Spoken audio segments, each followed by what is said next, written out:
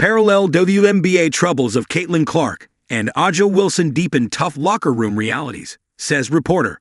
The MVP and the chosen one make a formidable duo after last year's exceptional performances. Both Aja Wilson and Caitlin Clark were near the top of everyone's lists, both individually and in terms of team success. Indiana acquired a talented group of veterans to support their young core, while the Aces secured Jewell, Loyd, and NaLyssa Smith, sparking immense excitement among fans. However, it's safe to say that the season isn't going as planned for either Wilson or Clark.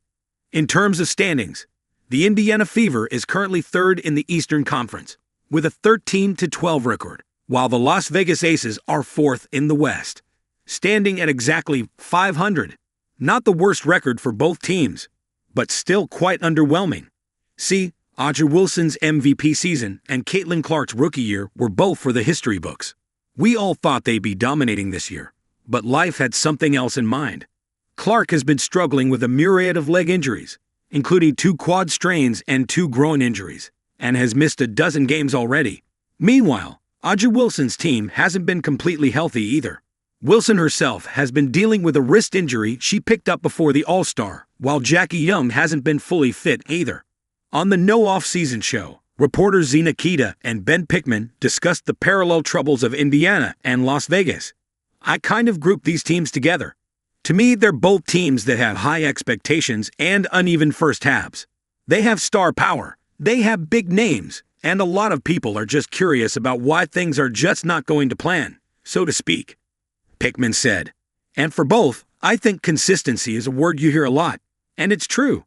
The Fever and the Aces have blown leads and lost games that they were supposed to win this season. While some part of it is because of injuries, a lot of it has just been an inability to catch a rhythm. Credit where credit is due. Both Caitlin Clark and Aja Wilson have been showing up whenever they step on the floor. CC is averaging 16 points, 5 rebounds, and nearly 9 assists a game. And Wilson has been upping her game as usual.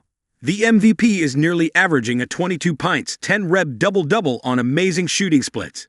The thing is, both these teams have an incredible lineup in dynamic stars.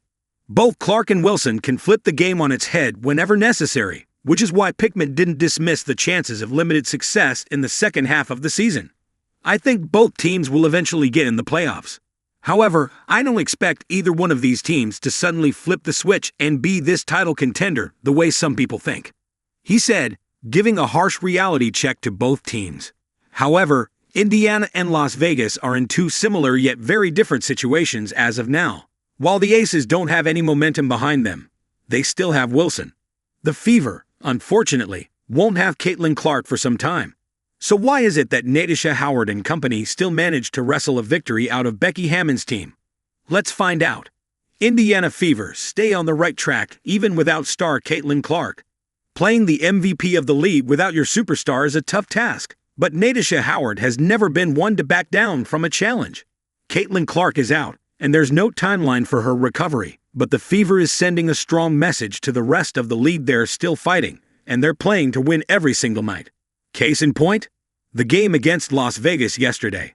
Every player on the Fever did their part. Howard and Mitchell picked up the bulk of the scoring load, while Cunningham and McDonald shot lights out from beyond the arc. While Aja Wilson's 20 pints, 6 reb, and 3 stall, and Jackie Young's 19 pints explosion were impressive, the MVP and her teammates couldn't manage to wrestle the win away from the Fever. The final score was 80-70, and it showed a lot of determination and grit from Stephanie White's team. Caitlin Clark might take some time to recover, but her teammates have got it covered.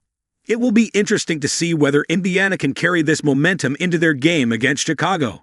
Dealing with the rebounding and paint play of the Twin Towers of Chi-Town will be tough, but the Fever's shooting from the perimeter will definitely give them a leg up. Stay tuned for more updates.